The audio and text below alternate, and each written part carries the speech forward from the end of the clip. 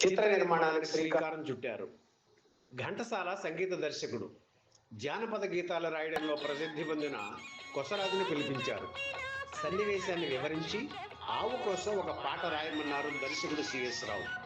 వెంటనే ఘంటసాల పక్కున నవ్వి, కొమ్ములు తిరిగిన కథానాయకులు నటించిన చిత్రాల్లో పాటలు వస్తుంటేనే ఆడియన్స్ సిగరెట్ కాల్చుకోవడానికి థియేటర్ నుంచి బయటకు వెళుతున్నారు, మీరు ఆవుకు పాట రాయిస్తున్నారు అన్నారు.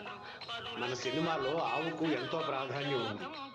ఆవు అంటే కామధేను కదండి, కాసుల వర్షం కురిపిస్తుంది అని చమత్కరించారు దర్శకుడు సిఎస్ రావు.